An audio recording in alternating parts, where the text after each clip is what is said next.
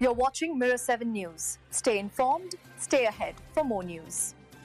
Guy Rocher has passed away at the age of 101, and his departure leaves an extraordinary void in Quebec's intellectual and political life.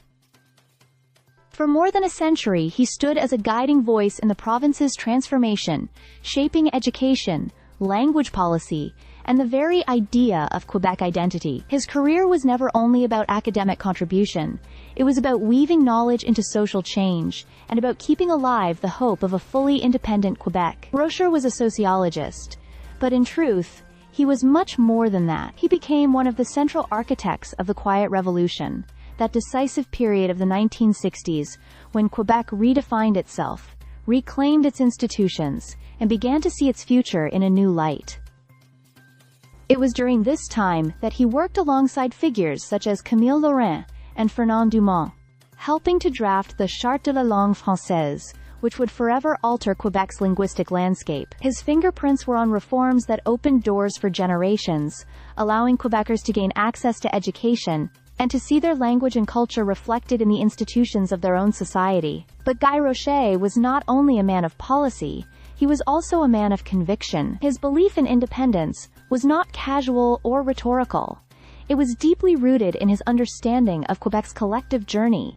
He often said that the Quiet Revolution was not simply about modernization, it was a preparation, a rehearsal, for full national emancipation. He reminded Quebecers that without control of their own future, progress would always be limited, because federal constraints continued to restrict the province's ambitions. His message was simple but profound.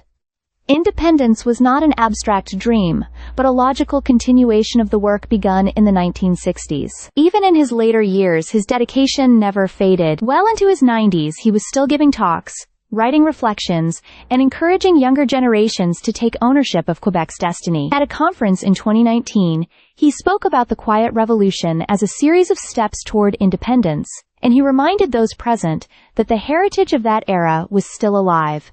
It only needed to be revitalized. He often emphasized that what was missing was not the will or the capacity, but simply a spark, an element of collective awakening that could reignite the cause. Rocher's independentist convictions were not born from ideology alone, but from lived experience. He once recalled a turning point at Harvard in 1967, when he overheard two French intellectuals dismiss Quebec's independence movement after General de Gaulle's famous "Vive le Québec libre."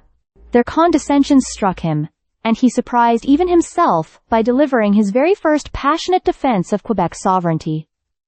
From that moment, his course was set. Now, as Quebec prepares national honors for him, with a chapelle ardente and a ceremony of homage, his legacy is being remembered not only in political speeches, but in the personal stories of those who knew him. Guy Rocher embodied accessibility, generosity, and an unwavering faith in the potential of his people. He leaves behind the intellectual foundation of modern Quebec, and the reminder that independence, for him, was never a slogan. It was a responsibility, carried with dignity, across an entire lifetime.